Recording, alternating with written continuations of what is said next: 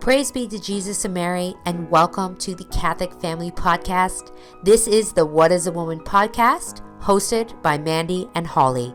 Let's begin our show. Hello everyone, and welcome back to the What is a Woman podcast. My name is Holly, and as always, I'm joined here by my mother Mandy, and we are happy to be back in 2024. Yeah, new year. Before we jump into it, though, we will begin by saying, Jesus, meek and humble of heart, make our hearts like unto thine. So we just want to firstly say we hope that all our listeners and all the women out there, and maybe some men. Yeah. Although I have definitely heard that we don't find this appeal to men. But anyways, we hope that you all had a very blessed Christmas, a very happy New Year. We hope that God blessed you and your families over the holidays, Christmas season. Oh, look at me being all worldly saying holiday. Happy holidays. I didn't mean it like that. I just meant that we're celebrating. But we're sort of celebrating. We're sort of celebrating. So, what do you mean sort of celebrating? Oh, I got a lot of sickness going on. Okay. I was like, what? We're not celebrating? We wish we were doing more celebrating. But yeah, so you know, it's a nice time to Christmas is a wonderful time to just everything kind of, I mean, in a way, kind of stops. You know, people are off from work, they get vacation, holiday time, and you can just take that time to kind of, I'm going to use the word slow down. Right. Like everything kind of stops. Like, you know, Christmas Day, stores are closed. New Year's Day, stores are closed. So you can't go out and you don't, yeah. You know what I'm trying to say? There's not like, you have that, at least those 2 days where everything, for the most part, is pretty well closed. Yeah. Unless, of course, you work in like emergency services or something. Right, and then, right. You know, but anyways, so for most, it's a time to just kind of, and especially for us as Catholics, to rest and think about what's really important. Yeah. That's what I find. Christmas always gives you that time to be like, you know, the Savior is coming, our Lord is coming, and if you use that time wisely to focus on what Christmas is really about, it can be a very good time. So. Yeah, because if you don't, the other thing happens too. A lot of bad things kind of happen at Christmas too. I find, I'm not talking, but people who aren't good in spiritual places. It can be very, I get what you're saying. It can be very traumatic time, like it's almost like the devil just riles everything up. Well, you see, I think he sees it as a window of opportunity to get people riled, you know? Because, things like Christmas, seasons like Christmas, and I'm just speaking on as whole here, not speaking from a Catholic perspective, just on a whole, is a very emotional time. Yeah, very emotional. People start thinking about memories and past Christmases, and you know, it's a time where I think your emotions are just at their peak. Yeah, and I think we mentioned this before. A lot of disappointment too, because in general, the world expects some sort of miracle. Right, yeah. You know, it's all their woes to go away or something, right? Yeah. And they don't get it. And because Christmas isn't really that all your woes go away. Yeah. It's that you see the hope that's just come into the world. Right. There's something good to come. So on that note, we hope you all saw the hope. Yeah, we hope you were feeling the hope and the gloriness. Yeah. Yeah. I mean, I was a little sad. We didn't have any snow. Yeah, we didn't have any snow. Nothing. It was a muddy, mucky Christmas. It still is. My thing is, if I ever want snow, it's going to be on Christmas. Yeah. Or around Christmas time. And if I don't get around Christmas, then I don't want it. Then I don't want Don't come. Now you're done. You had your chance. You're done. Your window is come and gone. But I shouldn't say that because, you know, I read in Trustful Surrender to Divine Providence, you should never even complain about the weather. Right. So let's put a nail in that coffin. Right. And here's a funny thing. I got sick. Yeah. Really sick. I left the Christmas celebration. I was completely fine all Christmas Day. Didn't have a sick thought in my head or a feeling. And I went home, and when I got up, I was sicker than sick. the next day, Boxing. We celebrate Boxing Well, Day that here in Canada, and I've been really sick for a week, sicker than I've been in a long time. So that put a damper in my personal celebrating. yeah. And in fact, it put such a damper in it. Like I had all these plans in my head, and I was, going to do great things. Christmas is over. I can clean up these messes. I was, we have to start with this kitchen. And then not only did I get sick, but then my son got sick too. So, nothing has happened. Absolutely nothing that I had planned. But interestingly enough, though, our chapter here today talks about how to deal with sickness properly. In the imagination? Yes, in the imagination. I Isn't can't that wait funny? to see how that ties in. Yeah, I don't know if I should tell you my sickness story yet or wait till we get to the sickness part. Maybe I'll tell you it now. Okay. And then when we get to the sickness part, you can say, okay, maybe Mandy didn't handle that right. But what had happened was I was really sick. So the Tuesday, I get up and I can't even move. My head is swimming. That sickness where you can't function. Yeah. And of course, I still have my mom to look after, and I have things I have to do, not just what I want to do. And I'm downstairs and I'm trying to do them. And I just start crying. I spent Tuesday crying. And you guys need to know this about my mom. She doesn't cry. I don't cry. She's not a crier. I'm not a crier. I don't cry. And even crying was making me mad. I'm like, why are you crying? What is your problem? Pull yourself together. Pull yourself together, and I'm standing there, and then my son comes around the corner, and all these tears are rolling down my eyes, and he goes, are you all right? And I'm like, no, I'm not all right. I'm sick. It was the end of the world, right? So then I decide, I go upstairs and I go to bed, and it was kind of a weird sickness too, because my head was heavy, and it was had all this insomnia too at the same time. Yeah. I couldn't really sleep. So then after I got over, I thought, I can't believe I'm sick. I just can't believe I'm sick. I have all this stuff I needed to do, and we have stuff going on, and here I am, I'm sick. And so, but then I also decided that I had to lock myself in my room too, because I was like, you need to go lock yourself in your room and not talk to anybody, because if you do, you are going to say really mean, cruel things. Right. I felt like I was not in control at all. Right. So I did. I went to my room and I didn't talk to anybody, because I was like, there will be nothing nice that comes out of your mouth. And then when this is over, you will regret everything. And so, so anyway, I kind of did that. But what I also did was I was like, okay, after, I guess one day of feeling sorry for myself, because that's what we do when we get sick. We really feel sorry for ourselves. Right. Then I reflected that, wait a minute, all affliction comes directly from the hand of God. God would like me to be sick. Mm-hmm. So who am I to argue with God that he wants me to be sick? So I decided that I would just go into my bedroom and I would prop myself up in the bed, be sick with my rosary, and I brought my phone in and I was playing relaxing Christmas music. So it was instrumental, right. And it was hymns. It wasn't Frosty the Snowman or anything like that. Yeah. So I just had that low in the background. And I said, well, this is what sick people are supposed to do. They're supposed to pray and offer up their sufferings. Mm-hmm. So then I just went to bed and I just had my rosary, and I said, I prayed the rosary, probably poorly, but, as well as a sick person gets through that. And that's what I did for about 2 days. And then, I kind of was starting to act better, but I still, it hasn't left. Yeah. But anyway, so that's kind of, and our book talks about that. What to, about how to deal with sickness. Yeah. Are you sure it's in this chapter? Because I thought there was a whole chapter about it. Oh, I wrote a whole lot about it. So, I thought it was kind of funny that, how ironic that we should be talking about sickness when the good Lord wishes me to be suffering.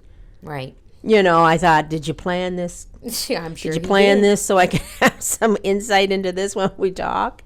But anyway, did you want to Well, I wanted to. My mom and I were just talking about this. I just wanted to share this quick little thing. because it was kind of funny that, I often talk to my children and I wonder if they're even listening to me at all or if they retain anything I say. But last night I got some proof, not for me, but for my mother, that my daughter actually listens to what she says. And it happened so fast, and she was so quick with it, and it was so funny. So we're watching and I'm sharing because we've talked about this in depth on this podcast about quote unquote following your heart. Yeah. Okay? And how you don't follow your heart. I'm pretty sure we had a whole episode about it. Yeah. Right? So anyway, we're watching this movie last night, some stupid Christmas movie. And anyways, and the lead woman is there and she's talking to her mother, and the mother says to her, "Remember what your grandmother always told you. Listen to your head, but follow your heart." Yeah. And without missing a beat, my daughter turns around and says to me, "Well, that's not what my grandmother told me." And I was just like, okay, she does listen. She's got it. Do not follow your heart. Oh, and she was just so it was just so funny because she just said it so fast, and I was like, wow, my mom really does get to her.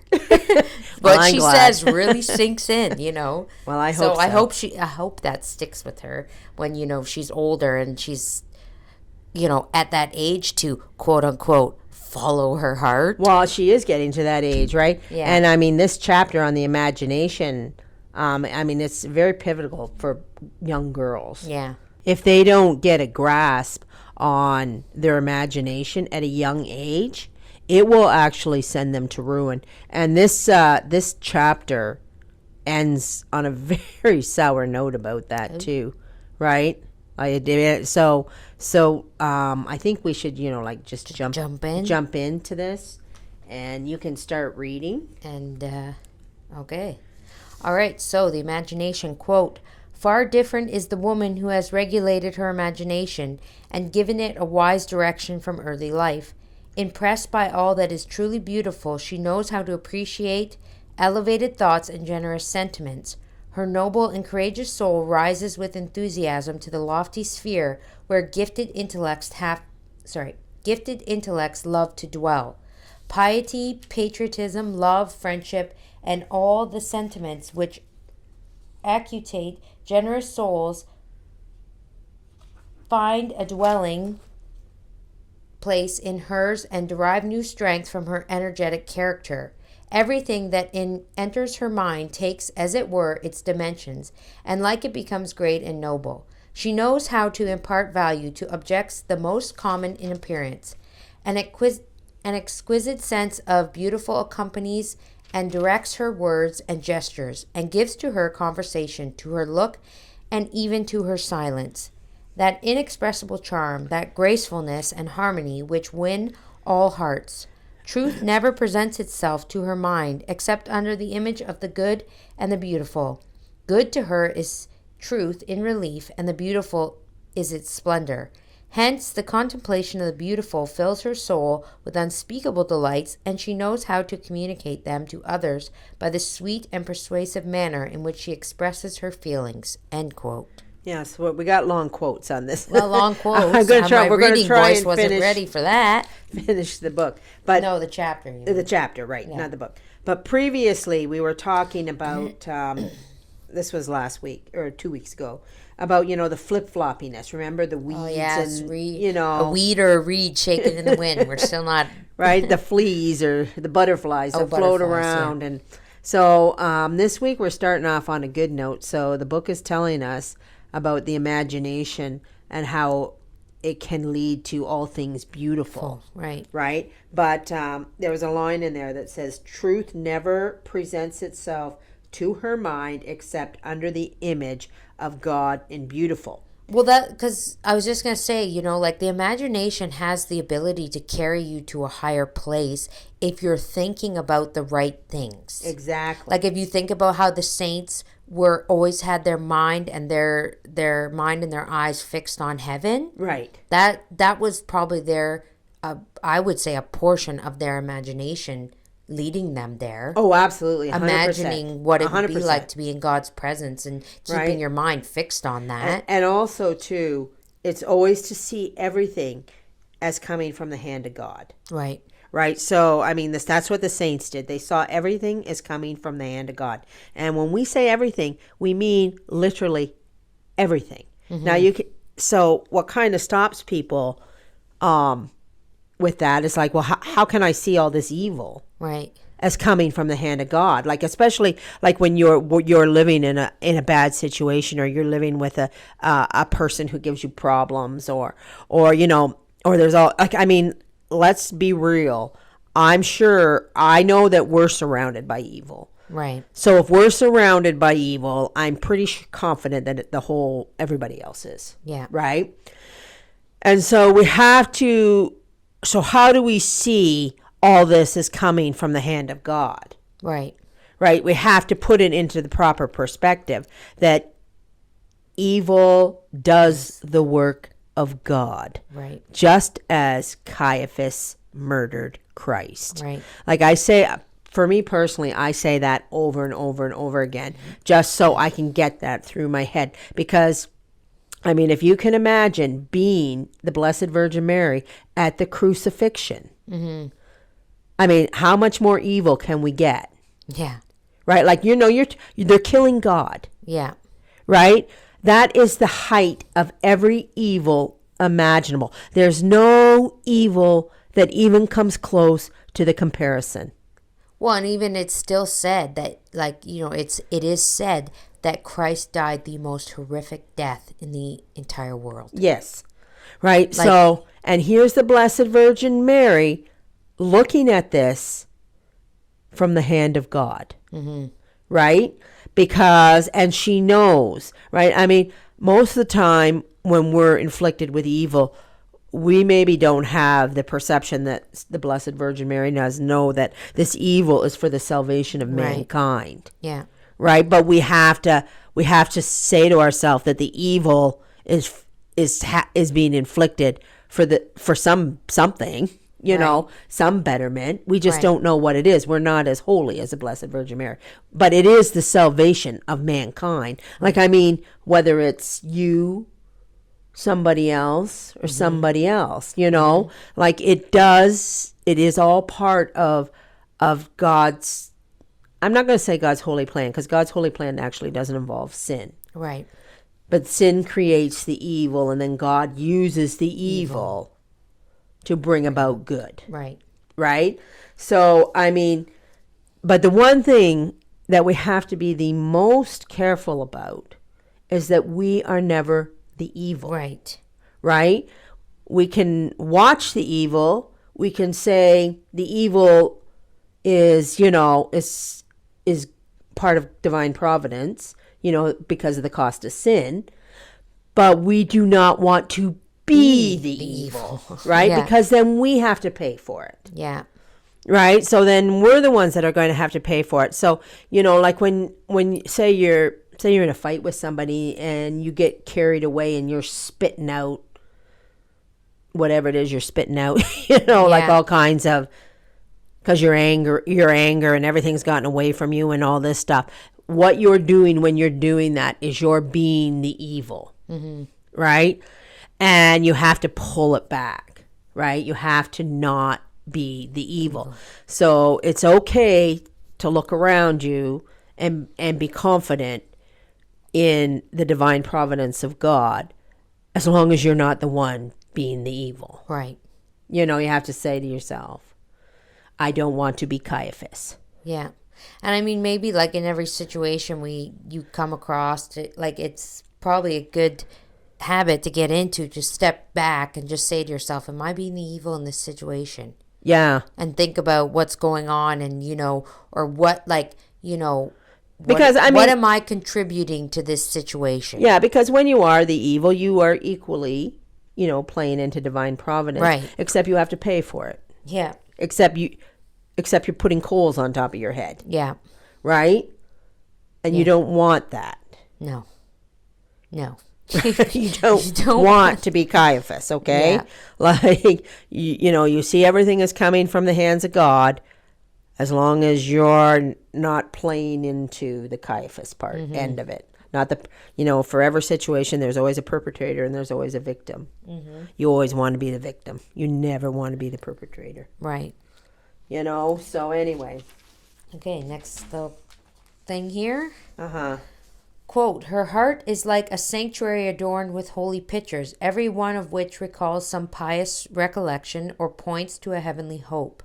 The divine harmonies of her soul and the chaste beauty of her thoughts are reflected in her countenance and give to her whole person an admirable composure, which far from impairing her natural appearance, invests it in with new charms. As her imagination derives from the rich resources of art and poetry, the means of embellishing every object she sees and clothing it in gayer and fresher hues, so does it enable her to impart grace and dignity to the most ordinary movements and attitudes of her body. In her, art and nature are constantly aiding each other. There is no clashing or contradiction between them. Nature disturbs not the ingenious combinations of art, nor does art impede the free development of nature's instinctive movements. These two things are so perfectly blended in her whole exterior that on seeing her we are inclined to think that she acquired them at the same time. And it is difficult to say whether art preceded and formed nature, or is rather an emanation from or a product of nature. End quote. Yeah. I know that was a lot of talking there. But, you've heard this said, I've heard it said a million times, like, does art imitate life or does life imitate art? And that's basically what they're saying. That's what they're saying in there, right? Is that, nature is life and art, right? So do we become what we see? Or do we reflect what is us? I'm laughing because I always really was not to be or not to be. Like I can never stand. This is gonna sound really bad, but these philosophical riddles or whatever you call. I don't even know what you call them. If a tree falls in the forest, does anyone hear it? Like anytime somebody says these things, I'm just like, ugh. Why do we have to go there? Like, can we not just talk in plain, natural things that people understand? Does art imitate life? Or does life... Like, I'm just always like, why you ask me these philosophical questions? Well, it probably has an answer. I'm sure it probably does. It's just like... First of all, we know one thing. Beauty is an absolute. Absolute, yes. Right? And in order for us to see what is truly beautiful, we have to see it the way God sees it. Right. Right? And we're living in a world right now where, like, anybody been in a novice order church lately? Oh. They're hideous. Yeah. Like we had the cathedrals of the old where, they were like glorifying up to God and, all this, and now, and modern art and all this stuff is the modern art imitating the souls of people? Well, yeah. Or are the souls of people creating the modern art? Well, yeah. Yeah, that's what true. came first, the chicken or the egg? Oh, there's another one. The kids asked me that the other day. I said, don't ask me such questions. Obviously, the chicken. I know, but like... We know the answer to that one. I know, but it's just like... God didn't create an egg. He created a chicken. I know, the animal... Yes, I know, but then they like... Oh, I don't know. I just, not a fan. So anyway, basically. You know what? I'm just going to say it's the same thing when kids, because, kids say, well, if Adam and Eve were the first man and woman and then they had children, they were brothers and sisters. Where do, and they're just like, I'm always like, go ask Father that question. I remember my daughter asked me that when she was older, like she was about 10 or 11 or 12. Like that seems kind of creepy. And you're like, because they have brothers and sisters. They're like, I can't marry my brother, you know, like, and you're like, Go ask Father. I don't want to get into that. I always say the Bible tells us what we need to know. Anything else you don't need to know. Anyway. So that's just silly. Okay. So, but anyway, so what's in the soul, right, or the imagination, is right, going to come out on the canvas. Well, that is very true too. And since we do live in modern times, and we know the state of the world, we're not blind to it. We know there's a lot of sick, depraved things out there, and so that is going to come out in art forms. It comes out in music. It comes out in books. It comes out in television. It comes out in art. Yeah. I've seen some art that just like, I'm just like, that is the sickest thing I've ever seen. And people are looking at it going, oh, it's so beautiful. Look at the lines. And I'm looking at it. I'm like, are we looking at the same thing? What are we looking at here? That blob? Well, and part of me always wondered, when people are looking at modern art, if they're not just full of it. I've always thought. Like, you know what I mean? When they're like, look at the way the artist, and to me, it looks like paint just splattered on a canvas, right? Yeah. And they're like, look at the way he used that line or whatever they say. And I'm like, are you just pulling that out of nowhere? Like, is this actually, I don't know art. Like, I'm not an artist. I can't draw. I don't know art either. And for my money, I wouldn't give you $2 for a Picasso. Right. So that's my thing. Like, are there, like, if I only know what's beautiful. If you say it comes from the imagination and this is what people are coming out with. Yeah. What's going on in your imagination? Yeah, what's going on up there? Because I just see chaos. Yeah. You know what I mean? Yeah. Like, I relate that to chaos. Whereas if you look at, let's just take the Mona Lisa, for example. Yeah. That was a portrait. Right. Back in the day when artists did portraits. Yeah. And they were of people, and it was just art. Right. They just drew people's like the Mona Lisa was an actual woman. Oh, yes. So it wasn't like, this guy just pulled out a figment of his imagination. Yeah, no. It's a true thing. It's a true thing. And when you I want to touch on this because I've seen it, since we're just talking about art right now. And maybe you ladies can leave in the comments your opinion on this. The AI Catholic images. Because it's going around a lot, and I've seen it in the group. People are like, what do you think about the AI Catholic art? And I have seen some that are beautiful. Yeah. But to me, it's still AI. Yeah, it's artificial. It's artificial, and it's not. It's like eating processed cheese, maybe.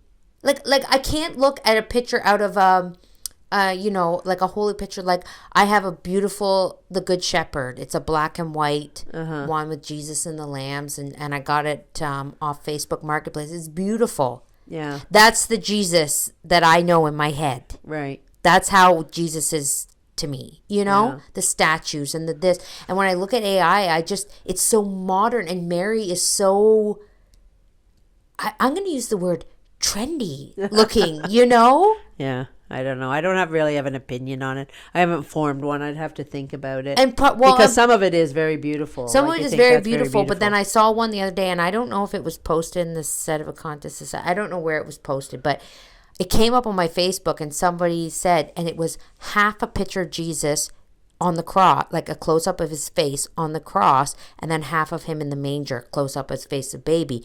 And he's crying, like he's screaming in both pictures. His mouth is open, but it's half of each face. Oh. I thought it was blasphemous. Like, I was like, no. Well, he did cry out on the cross. I know, but like it took our Lord and made him, reduced him down to just a mere human being. Yeah. That was just, I don't know. There was a lot of comments on it, and I thought, well, and that makes sense, and it does tie into the imagination. Even these images, yes, they're AI generated, but somebody has to tell the computer what to do. My thing with AI is I just don't trust it. So now I just don't trust anything. No, right? and I feel like that there's something very evil coming down the pipeline with AI. Yes. I just feel like, you can't believe your own eyes. Yeah. Right? That's true. So, I personally stay away from it because it is, because of what it is. Yes. You know, and I just feel like, I don't know. Yeah, no, I just was wondering if, because it has been going around, and I know some Catholics find some really nice AI images. There are some real, There's seen some lots. really They're nice ones, beautiful. but then there's also some really bad ones. I'm just like, okay. Like, you know, but anyway, so we'll let you ladies weigh We'll in let on the you comment. weigh in. What do you let us think? know what AI, you no AI? You know, I prefer the old Catholic images, and I like them, so, but Yeah. anyways. Did you have anything else on that thought? Nope. Okay, Let's move on. Okay. Sickness. Sickness. Okay. Quote, her life is a flower whose sweet fragrance rejoices and purifies the heart of all who approach her. Even pain and bodily sufferings, which nearly always produce a sensible change in the features of woman, have less effect on her, because she possesses within herself an inexhaustible source of grace and beauty. The sense of the beautiful accompanies her even in the pangs of sickness, and prevents her from yielding entirely to the sufferings which they produce. Virtue comes to her assistance in those trying moments, in which exhausted nature seems to have lost all power of reaction, and you behold in her exterior that dignity and calm which constitutes, as it were, the beauty of suffering souls and infirm bodies. She is patient in pain and meek in death, as she was kind and amiable during life, and sometimes death is also gentle towards her, sparing her the witherings of a humiliating agony, and the angels receive her soul to bear it to the eternal mansions as we gather a fruit mellowed by the heats of summer. End quote. Yeah. That sounds a little different than, you know, me standing in the kitchen Crying. What? But I did go lock myself away. Did you go lock myself? But, you know, what I was thinking about was Saint Bernadette in the Song of Bernadette. Remember how she has that giant tumor? Yeah, on her leg. You know, yeah. and she pulls back her skirt to show Show the other nun. Yeah. Well, maybe this will help. Yeah. And the nun just about has a heart attack. Yeah. Like, here she is going about her business. She just started to limp slightly. Yeah. Yeah. You know? And then there is the death scene with her in that Song of Bernadette, where she's just, you know, they're just calmly lying there suffering. And well, and the key word here that stuck out to me, very important, I think, dignity. yeah. And when you, there's lots of things this world is completely lacking or are completely gone. But for 100%, we can say without a doubt, the dignity is gone. Yes. People have no dignity. People have no shame. Yeah. Like, you can spend 5 minutes on Instagram watching reels to see that. Yeah, no, I know. The dignity of this world is like, there is no dignity. Like, I mean, there is. Like, I know there are people out there that have dignity. Yes. I'm not saying, like, but. We're talking general. We're talking in general here. And what people feel is acceptable. Right. I mean, so this is talking very contrary to that. You let it all out, and you be you, and you. Like, your dignity was the thing that kept those things inside. Right. Like, you would never, like, your dignity wouldn't allow you to behave in such a way. You had to be, you know, what's the word? You had to be dignified. Dignified. Like, there's no other word for it. Yeah. You wouldn't allow people to see you in such a state and bear all your open wounds and your, and you know. While there is a saying that you die as you have lived. Yes. Yeah. Right. And I used to, for a couple of years, I worked in a hospital where I used to kind of babysit, or it was called an observational care provider. I was just supposed to sit in the room and look at somebody to make sure they didn't hurt themselves. Right. So it was usually people, you know, they were a little bit whacked out on the medication. Right. Or they were suicidal, or they, you know, they just weren't in control of themselves. But anyway, what I noticed, like, was, I mean, the men were awful, you know, and the women.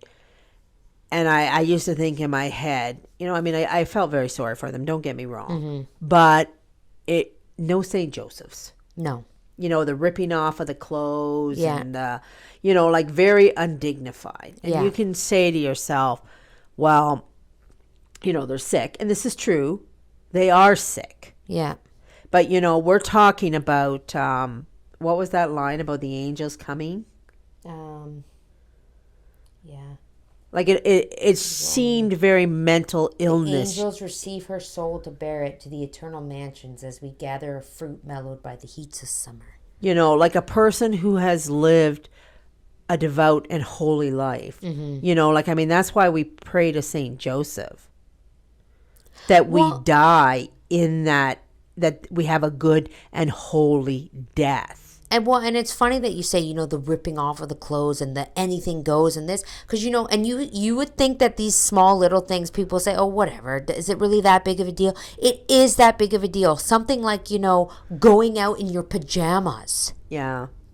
That has no dignity. Right. You know what I mean? And how often are you in Walmart or, over here and you see people walking around in their pajamas? Do people wear real clothes? Yeah, like that. And it's funny because my sisters, they were over here the other day and they were talking, and I can't remember which sister it was, but she was saying she was watching a movie from the 90s, a Christmas movie from the 90s, and she couldn't believe how well dressed everybody was in the store. Yes. There's a scene where the kid goes to the store. Yes. And she was, or was it you? Was it you? Oh, it was kind of funny because you were thinking the same thing. I was thinking the same thing because I didn't watch the movie, but I saw this particular clip. But not just dressed, well dressed. And I was taken away and they're wearing the store scene. They're wearing dress coats. Yes. And women's have brooches on their dress coats and their nice winter hats, and everybody is so well put together. That is dignity. Yeah. So if you have that dignity and it's not a for sure right that you're going to die a nice dignified death. No. Nothing is for sure. But you pray for that. But you pray for that. But what my whole point is that we used to live in a world where there was a standard. Yeah. You didn't go to the store in your pajamas. You would rather be dead than be caught at a store in your pajamas. Like, people used to have nightmares about that. Yeah. I ran out of the house. I forgot to get dressed. I was in my pajamas. I was in my pajamas. Yeah. It's funny? Actually, this is just a little side note, but this is how far we have come. Because when I was in high school, they used to have something called Pajama Day. Right. And I thought it was so stupid. Well, I used to say it was stupid. Yeah, well, because you're my mother, but I did too. Like, I was like, I do not want to go to school in my pajamas, but I also didn't want to be an outcast either. Yeah. This is how weak I was. Yeah. But I was embarrassed to go to school in my pajamas. I really was. Yeah. Like, I was like, I don't want people to see me in my pajamas. This is embarrassing. Why are we wearing pajamas at school? Why are we wearing pajamas? Like, I had pajama pants with stars and moons on them. Like, I was like, this is embarrassing. Like, yeah. But I did it, and the whole time I was like, oh, I just want to go home. Like, this is so. I really felt undignified. Yeah. But. Well. That's the way it is. Here we are, and now they don't even have to have pajama day at high school. I mean, short of if you go to high school with a uniform. But I see tons of kids walking around. When I'm out at the stores from high school, and they're wearing pretty much pajamas. Yeah. So it doesn't matter now, anyways. Doesn't matter. Well, I mean, did they lead up to that with wearing your pajamas to school? Well, that's what that's my exact point. These things you say these things, oh, big deal. Who cares? It is a big deal because that's what happens when you take the dignity out of society. Yeah. These things snowball and then they just become standard things. And let's remember, at the beginning of the book, part of the mission statement of women is to put the dignity back into society. Well, and I'm just going to say this makes me very sad because, my daughter and I, we watch, because, there's not very much good out there to watch. So her and I watch Road to Avonlea. Right. Now, they're Protestant, but, it's set in it starts in the early 1900s, okay? A small little farm in PEI. Yeah. It might maybe Americans haven't heard of it. I don't know. It's a Canadian show. But it is really good, and it's really wholesome. Yeah. Okay? But you see these women with their dresses, and they're not rich. They're farmers on a farm in PEI. But I watch this show, and I'm like, I would love to go back to that. Right. With the dresses and the hats. Like, you didn't leave your house without a hat on your head. Right, right. You know, you had to have a hat if you were out in public. And it's just so, a certain amount of decorum. Decorum. And that, you know, Yeah. and you see this and you really, I mean, I'm going to say it's probably because I'm Catholic, but you look at it and you go, I would love to be more, like, I would love to be in that time. Yeah. Where everything was so, the women were so beautifully dressed. Yeah. You know what I mean? Like, they just look so nice and put together. And Right. And the aprons. Like, I love an apron. Yeah. I wear, you know, I have an apron and I wear it around the house when I'm doing dishes or whatever. And I was telling my sisters here at Christmas, the reason why I love my apron is because I can still look nice at home. Yeah. And I put an apron on and do the dishes and protects my clothing. Right. You know, like, and I just like, how many people have an apron in their home? Like, I'm sure lots of Catholics have aprons. I'm not talking that. I have many. I know, but I'm just saying, if you went into... If you went somewhere else, no, they wouldn't have aprons. You know? They wouldn't. You know? Yeah. So. Although, I must say, a friend of ours has that sewing channel. So today, yeah. One of her top videos is an apron? Is a vintage apron. Well, I'm sure there are people out there that do love. Yeah. Like, there's lots of people that love vintage clothing. Right. No, I know. You know, so. But anyways.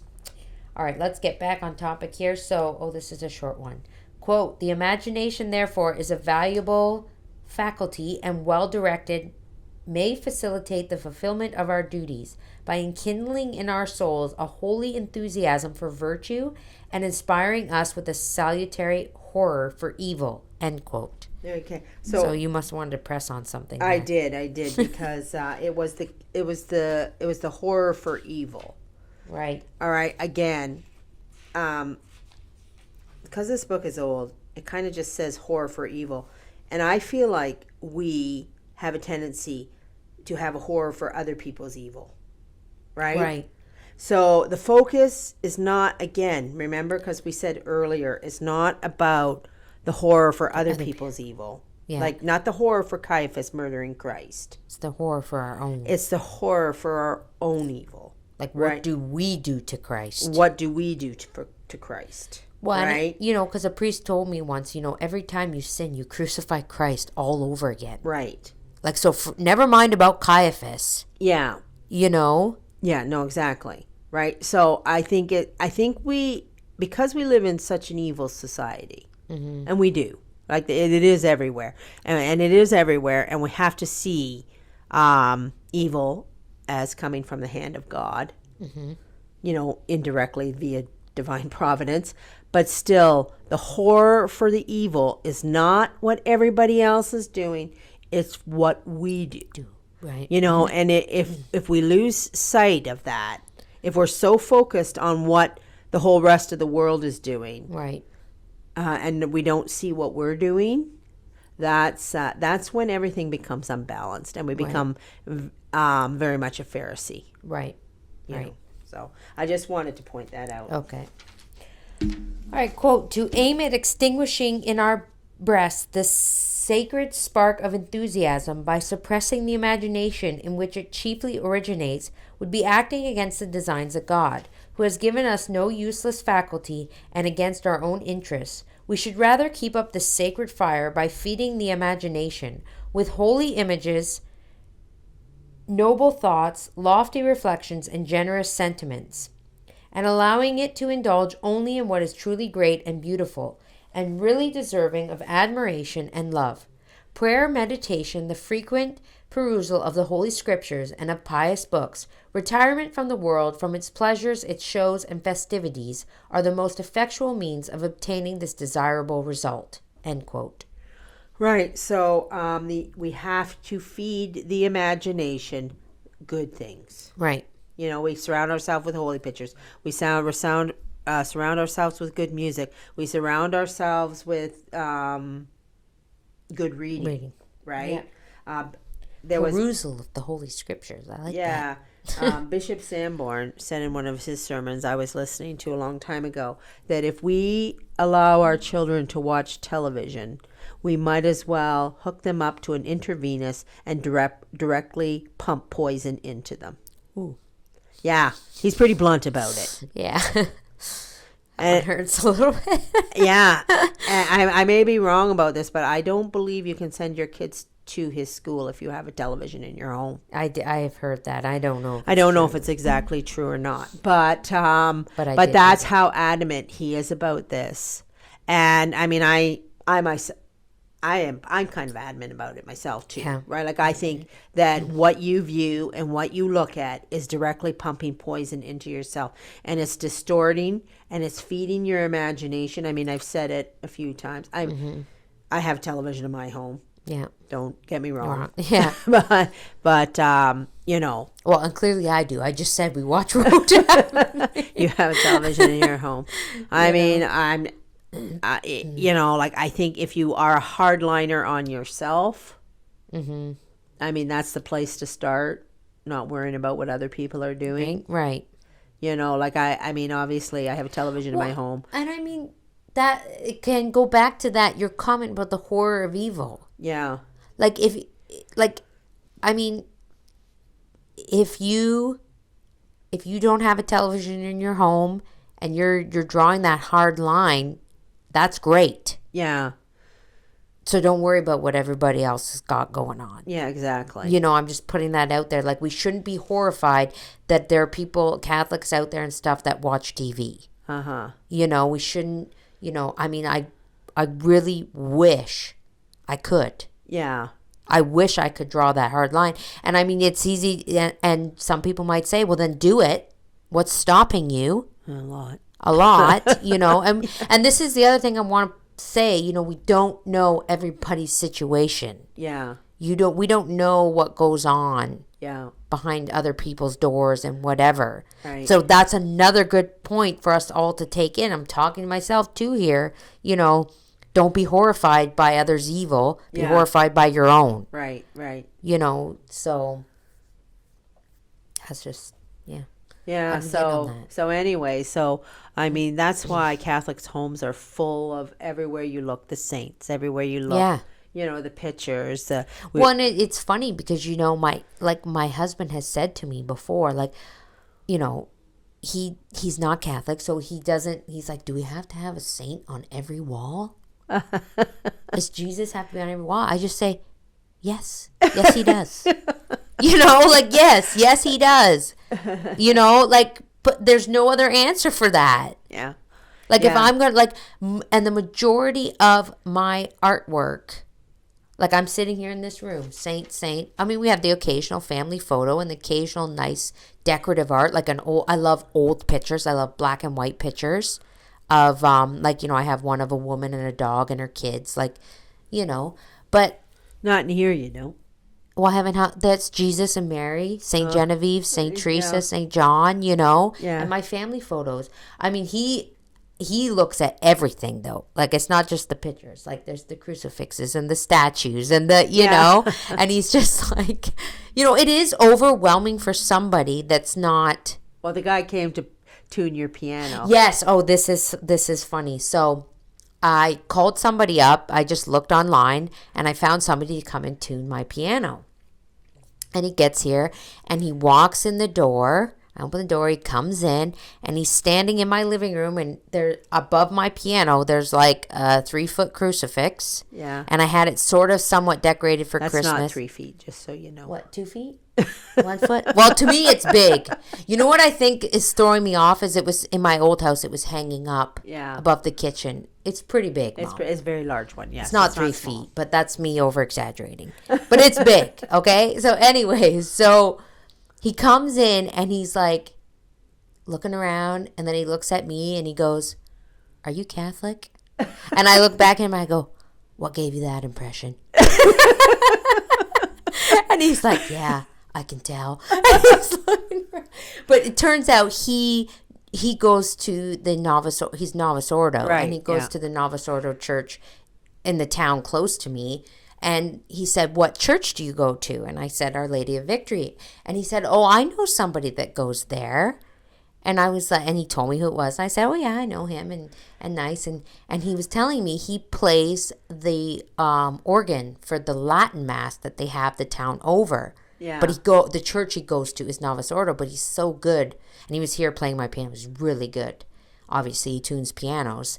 And so I just thought it was, and I thought, oh, maybe next time he comes to tune my piano, I might say something, Yeah, like, yeah. oh, you should come to Our Lady Victory one time and see. Because you never know. You never know. Like, why did I call that guy? Yeah. Out of everybody I could have called, and then he comes in here and he's Catholic, Novice Ordo. But, Right. it's funny that it was a funny coincidence that. Are you Catholic? Are you Catholic? What gave you that impression? Like, when you look around somebody's house, Yeah. You Exactly. know what's important to them. You Exactly. can tell. You can tell. Anyways, okay, quote. But the woman who reads every book that falls into her hands, who frequents the theater, where everything is calculated to enkindle in the heart the most violent passions, the woman whose imagination is open, like a highway to every thought and every impression, who never enters into herself by recollection and meditation, who never places herself under the eye of God by prayer, whose thoughts and desires are ever wandering upon a multitude of objects, whose insatiable curiosity listens with avid to the gossip of the detracting tongue, whose frivolous life is wasted in the idle occupations of the toilet, who yields her heart to the most dangerous affections and compromises her tranquillity and innocence by the imprudence of her conduct. Such a woman, far from finding in her imagination a source of consolation and enjoyment, will on the contrary find it to be only an occasion of danger of sin. For this faculty, so valuable when properly directed, becomes injurious when it has got the mastery over the other powers of the soul, and instead of being held in subjection, is allowed to control and hold dominion, as it were, over our whole existence. End quote. Right. So she's basically incapable of making a correct decision. Right.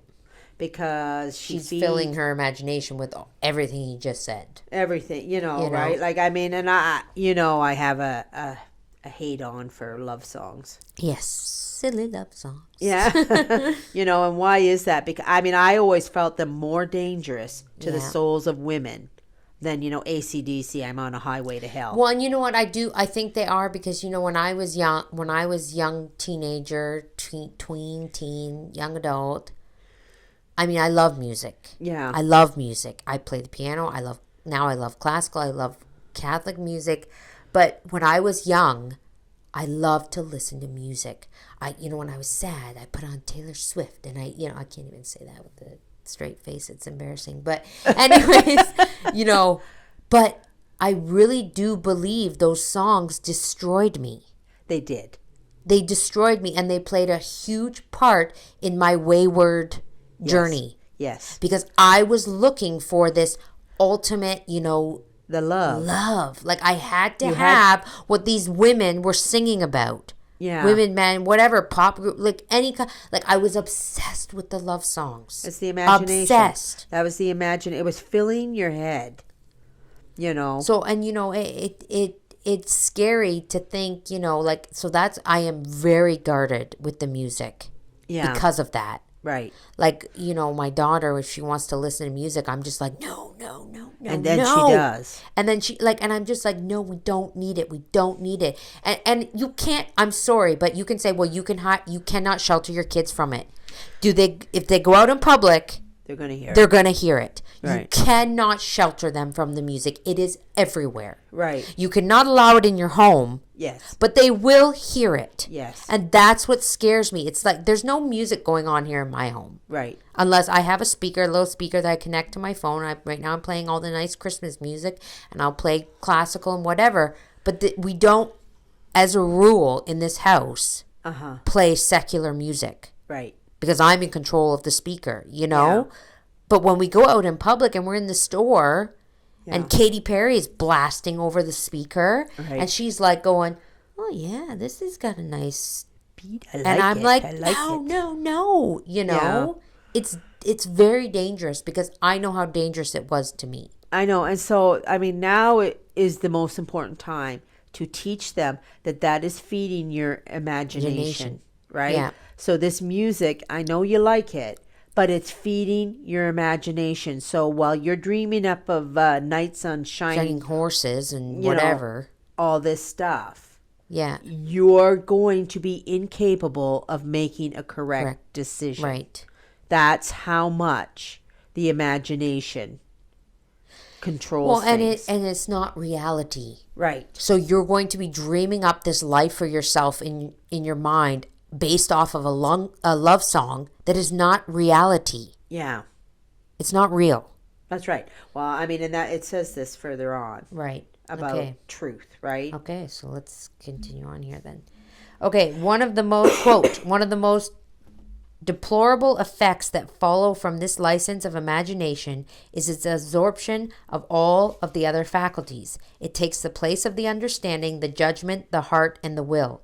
We fancy that we comprehend something present to the mind when it is only our imagination playing with some lofty thought and fluttering about it as a butterfly over a flower. We think that we are passing judgment when in reality we are only yielding to a prejudice that blinds us or to some preference of our heart. End quote. Yeah. So, I mean, basically, we, like I said before, incapable of seeing anything clearly because the imagination has dreamt up things, right? Dreamt up, given us images of what the way things are supposed to be or how we're supposed to want them. And this is what we do when we go to the theater. And remember, this is written in the 1800s. So, how much theater did they have compared to us? Like, I'm sure it was probably a big deal to go to the theater to see a play or something. Yeah, right. So, the books. Yeah. I mean, St. Teresa of Avila had a problem with books. Yeah. As a teenager. She got carried away with the love novels. Right. Right. And she, I can't remember how but she eventually was like done with that, not doing that. Right. But it's, this is what they're talking about. Like, I mean, back then, like, I can't remember her story exactly, but she wasn't supposed to be reading those books. Right. Well, when you think about it, why is it any business of ours to fantasize about somebody's love story? Right. Somebody else's, like, even made up characters, right? For example, like Pride and Prejudice. Yeah. The Mr. Darcys of the, like, you dream of meeting your Mr. Darcy. Yeah. Why is it any of our business to be thinking and contemplating about those things? And this is why, when they take the Holy Family and they say the greatest love story ever told. Right. That's the greatest love story ever told. Right. The Holy Family. Yeah. And not love, like secular love like Mary and Joseph. The family. Yeah. Yeah. The way that Saint Joseph loved our Lord so much. Yeah. That he would not let anything happen. Yeah. To him. He took it upon himself to be our Lord's protector on earth and Mary's protector and be the father. Right. It was about the role of the father. It wasn't about how much he loved Mary. Love, quote unquote, That's the greatest love story. That's the love story that we should be contemplating, emulating, meditating, and dreaming about. So when we're looking for I'm past this obviously, but for any young women that are listening to this and you're dreaming up your perfect man and you want a beautiful life, and don't think about love, don't think about, the heart wants what the heart wants. Look for your Saint Joseph. Yeah. Look for a man that loves God so much that he's willing to take you as his wife and look after you and keep your family and put you on a path to heaven. Yeah. I don't know if that man exists. I hope he does for you young ladies out there. But I had thought about that, and I thought everybody talks about this great love. Yeah. Being so in love with someone. Yeah.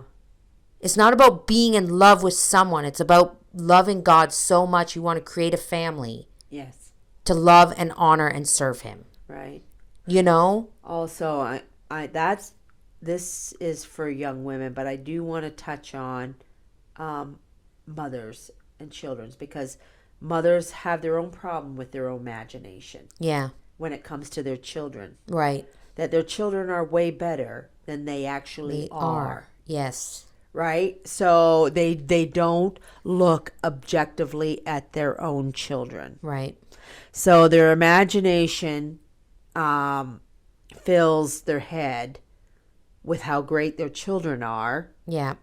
And they ignore the faults, or well, they have a distorted view of their children. They have a distorted view of their own children. Right.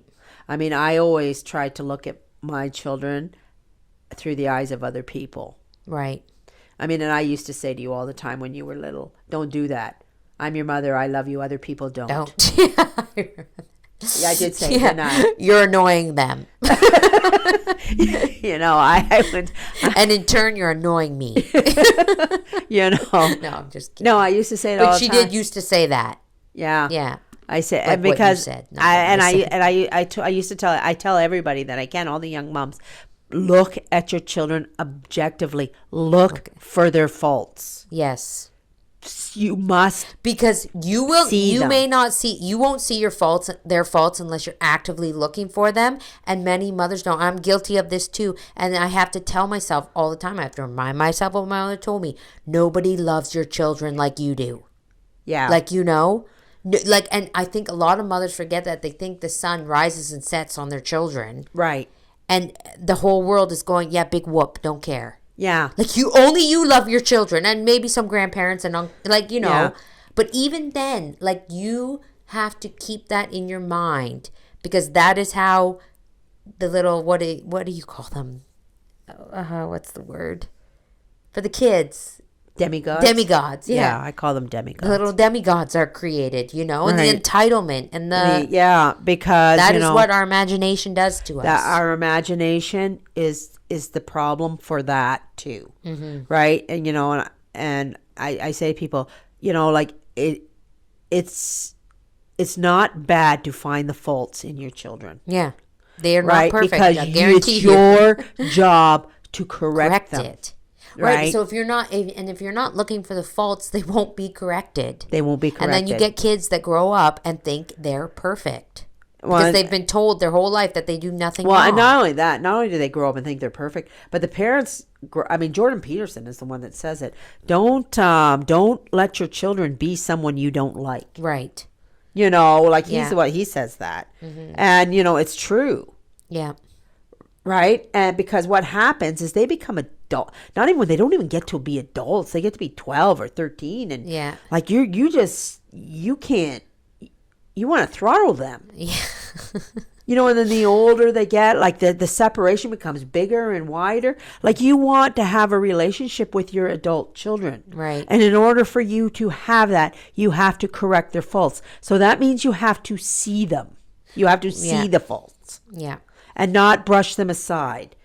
Yes. Because you become blinded by your love. I think in the old days they did this way better than we do now, because we're constantly looking for the self-esteem. Yeah. I have to make them feel good, So they come and they draw a picture, and you go up is this the best picture that's ever been drawn in the history of, I'd like to see Picasso do this. History drawing, you act like this over garbage. Yeah. I never did that with you guys. I did when I was away from the church at this time, but Ava had this little, those boards that you can erase with the swipe thingy. It's like a magnetic board, and you draw with the magnetic pen. Right. And she was really little. She was 4 or something. Uh-huh. And she drew a whale. And it was just an outline of a whale, but I was like, "Oh, this! Look at what she did! Look at what she did! Look at this whale!" And I was just so in awe of her. And I took a picture and I posted it on Facebook. I had to show everybody this whale that she drew. Right.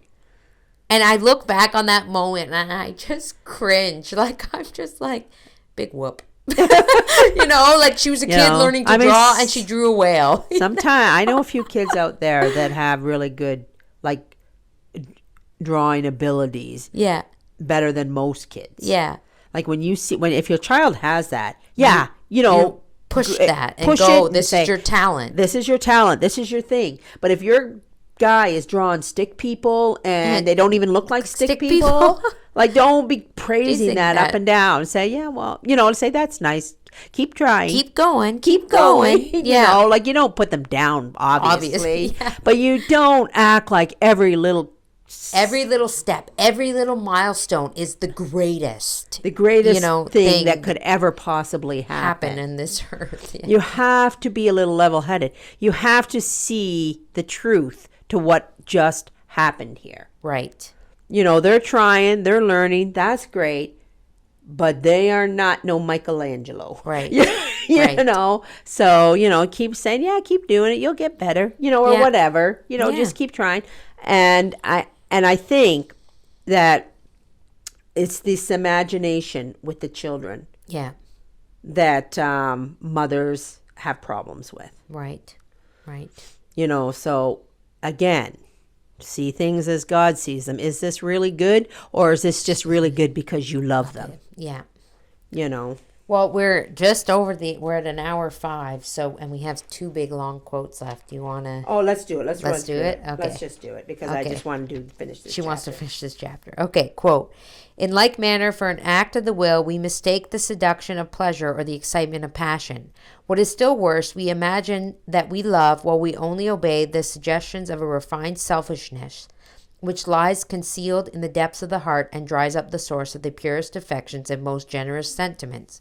For this reason, no sooner does the object to which we are attached lose its charm than we quit it with the same faculty with which we seized upon it. And this consistency is one of the most surest marks by which to judge that our affection was a mere amusement of the imagination and not a deep and lasting sentiment of the heart. End quote. Yeah, so that's, that's how we end up married to a buffoon. Yeah. And then we go, how did this happen? Well, I listened to too many love songs. That's how it happened. Because the imagination created things that weren't true. Right. And so all these things, like this is why I want to finish this up, because this is kind of just leading to the same. It's just the same thing what we just said. Right. Like, it's nothing lasts because it's not true. Right. So you got to keep the imagination in reality. Mm-hmm.